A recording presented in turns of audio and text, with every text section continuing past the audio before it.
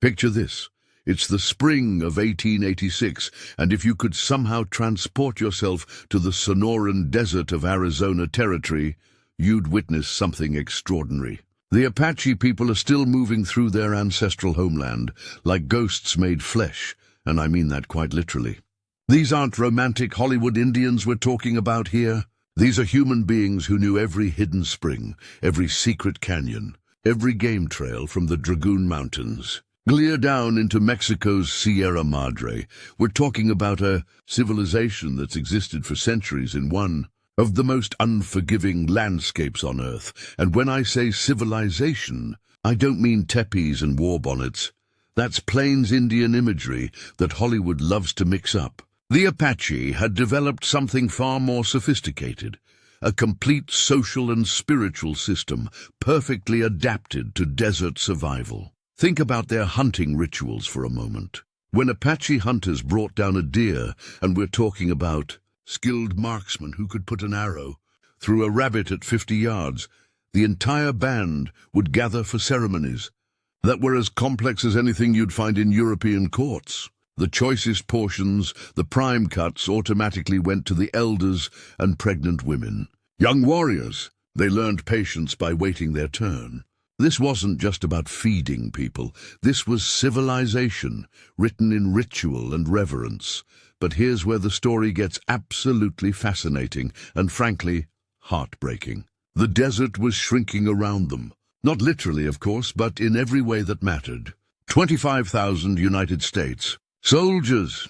Think about that number for a second. 25,000 armed men were pursuing fewer than 50 Apache fighters through landscapes that railroad survey teams had already mapped for. Destruction. The economics of this situation were staggering, and I mean truly mind-boggling when you break them down. Each month of this warfare was costing the American government more money than it took to feed an entire army division for a year. Mining companies were sending telegrams to Washington practically daily, demanding protection for their copper claims. General Nelson Miles, who was running this whole operation, calculated that killing just one Apache warrior was costing the Treasury the equivalent of building a small town from scratch. Everyone involved understood these numbers. This wasn't some mysterious frontier conflict. This was a business decision being made with military force. So when September rolled around, and Geronimo finally agreed to meet General Miles in a place called Skeleton Canyon, and isn't that just the perfect name for where this story reaches its climax? Both men understood exactly what they were looking at. This was mathematics disguised as diplomacy. Geronimo, whose name would echo through American history long after most of us are forgotten, performed a ritual that's been recorded but rarely understood. He touched the earth 4 times, once for each direction, honoring the sacred powers that had guided his people for generations. And then he said something that still gives me chills. From now on, we will be friends. But look who was standing behind him. Naiche, son of the legendary Cochise, representing generations of Apache leadership. Chihuahua, whose very name struck fear into settlers' hearts. And here's someone history often forgets. Lozan, a warrior woman whose abilities were so extraordinary that other Apache believed she could sense enemies across empty horizons. We're talking about a person who could allegedly hold up her hands and feel the direction of approaching cavalry through some kind of spiritual radar. These weren't desperate refugees surrendering in defeat. These were the military and spiritual elite of a nation that had held off the most powerful army in the Western Hemisphere for decades. But that handshake in Skeleton Canyon, that moment when Geronimo touched the earth and spoke of friendship, that was just the beginning of a story so strange, so unexpected, that if I told you the ending right now, you'd probably think I was making it up, because what happened next involved a journey to a place the Apache had never imagined, a fortress built by Spanish conquistadors on the edge of an ocean that seemed to stretch beyond the edge of the world. And in that fortress, something would happen that would challenge everything both sides thought they knew about civilization, about power, and about what it really means to defeat an enemy. The Apache were about to discover that sometimes the most dangerous weapon isn't a rifle or a cavalry charge. Sometimes it's a plate of perfectly cooked beef, served with what appears to be kindness. The train journey from Arizona to Florida lasted 8 days that felt like 8 lifetimes. And I want you to really think about what this meant for people who had never seen a train, let alone ridden in one. Apache children pressed their faces against windows that were themselves. Miraculous, transparent barriers that let you see the world rushing past at speeds no horse could match, watching their sacred. Mountains disappear mile by mile while their parents sat in chains, trying to comprehend landscapes that defied every natural law they'd ever known. Trees that grew thick with water, rivers wider than arrow flight, and finally, the impossible ocean, water without end that smelled of salt and death and something indefinably alien. When they reached Fort Marion in October 1886, the ancient fortress loomed like a Spanish nightmare made stone. Built in 1672 from coquina rock, that's compressed seashells essentially, and conquistador ambitions, this fortress had held pirates and rebels and now the most feared warriors in America. The irony wasn't lost on anyone paying attention. Spanish stone was now imprisoning the people who had fought Spanish colonization for centuries. Captain Richard Henry Pratt, the fort's commander, had already experimented with Plains Indian prisoners at Carlisle and developed his philosophy of what he called cultural transformation through controlled exposure. When I say controlled exposure, I mean something far more sophisticated than simple imprisonment.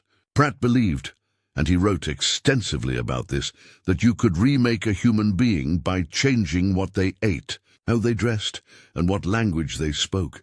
So when guards presented the Apache prisoners with platters of fresh beef, good cuts, properly cooked, seasoned with salt, and served on actual plates, the warriors froze in absolute confusion. Chihuahua whispered to Geronimo that this must be poison disguised as generosity. Think about it from their perspective.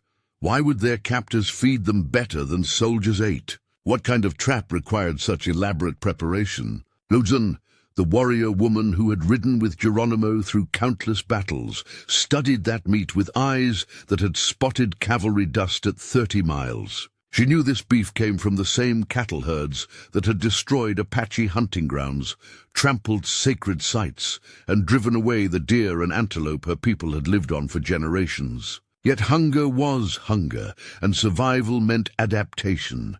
As she took the first bite, she performed a quiet blessing, transforming her captor's food into Apache sustenance through will alone. Other prisoners watched and learned. This wasn't submission, this was strategy. But the beef itself told a story that Captain Pratt probably never understood. Every bite represented the transformation of Apache hunting grounds into cattle ranches. Every meal was a reminder that the economic forces that had driven the Apache wars were now quite literally being served to them on plates. The cattle industry that had demanded military protection from Apache raids was now feeding Apache prisoners in a fortress built by Spanish colonists. The layers of historical irony here are just staggering. Spanish conquistadors had built this fortress to control the Caribbean.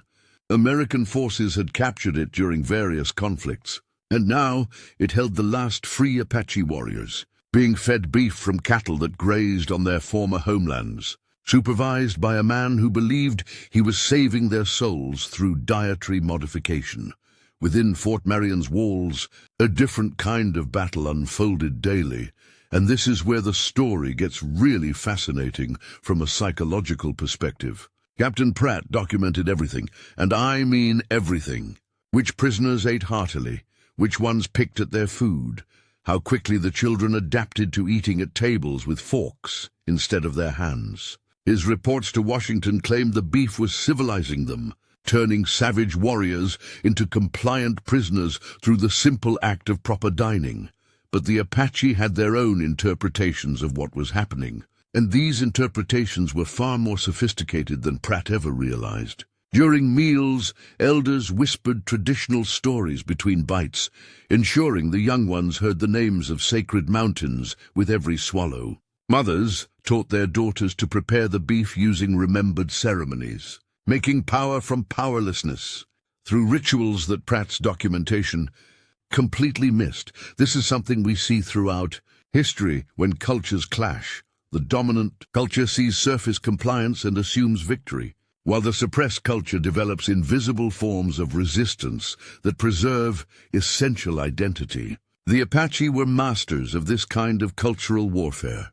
The tourist trade began almost immediately, and this is where things get really weird. For 25 cents, visitors could enter the courtyard and see the legendary Geronimo in person. For 50 cents, they could purchase a bow he had supposedly made. Think about the economics of this for a moment. The same government that had spent millions hunting these people was now charging admission to see them in captivity. Geronimo, understanding his new role perfectly, learned enough English to negotiate directly with tourists. He sold buttons from his coat for a quarter each, then sewed on new ones from a hidden supply he somehow maintained. This wasn't defeat. This was entrepreneurship under impossible circumstances. Other Apache prisoners watched and learned. Masai, the warrior who would later escape from the prison train during a water stop in Kansas, studied the routines of guards and tourists alike, memorizing schedules and patterns. But while some adapted brilliantly to their circumstances, others withered. The humid Florida air, so different from desert dryness, bred diseases that were unknown in Apache lands. Tuberculosis spread through the cramped quarters like wildfire. By December, the first prisoners began to die, their last words in Apache going unrecorded by officials who documented everything else with obsessive precision. And here's what really gets to me about this situation. Pratt genuinely believed he was helping these people. His correspondence shows a man convinced that he was performing acts of mercy, that feeding Apache warriors good beef and teaching them English was somehow an act of Christian charity. He never understood that every meal was a reminder of loss. Every English lesson was an erasure of memory. Every act of apparent kindness was actually a form of cultural warfare, more effective than any military campaign. The beef that was supposed to civilize them became one more test they endured. One more story to add to Apache memory.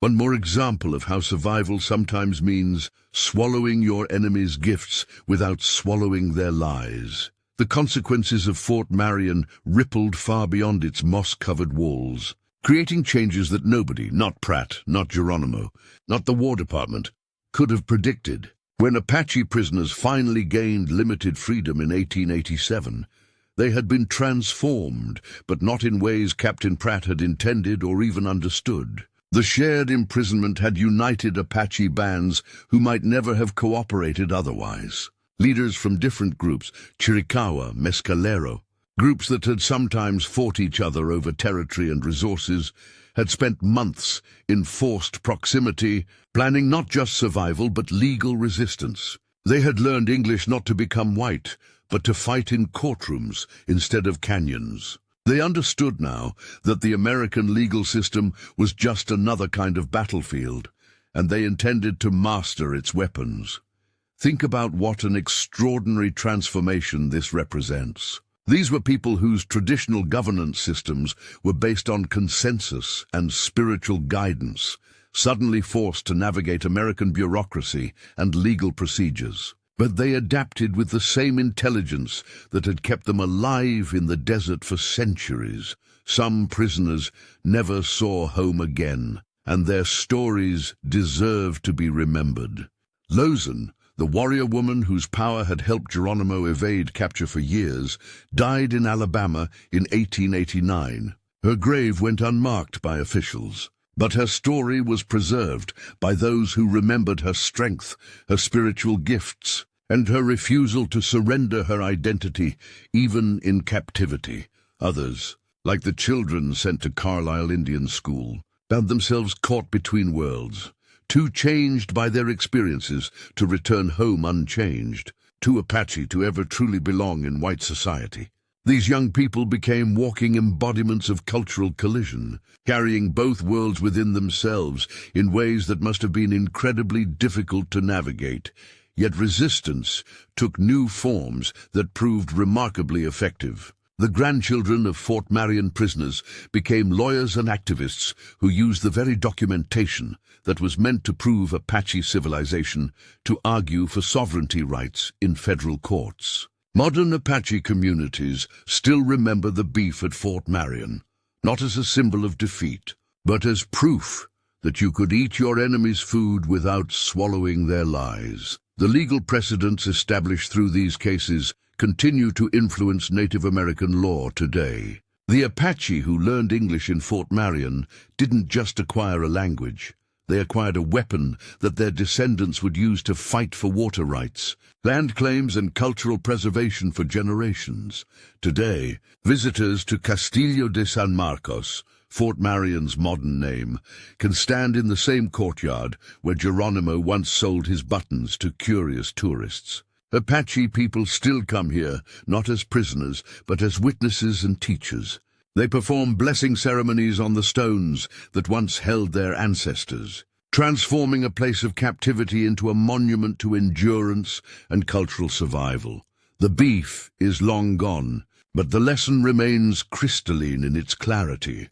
True power lies not in what you are fed, but in how you choose to survive. The Apache prisoners of Fort Marion understood this instinctively, and they used that understanding to transform a story of defeat into a foundation for future resistance. When you think about it, that's perhaps the most Apache response possible, taking your enemy's attempt to destroy you and turning it into a source of strength that lasts for generations. The mountains may no longer know their Apache names, but the people remember, and in remembering, they ensure that the story continues.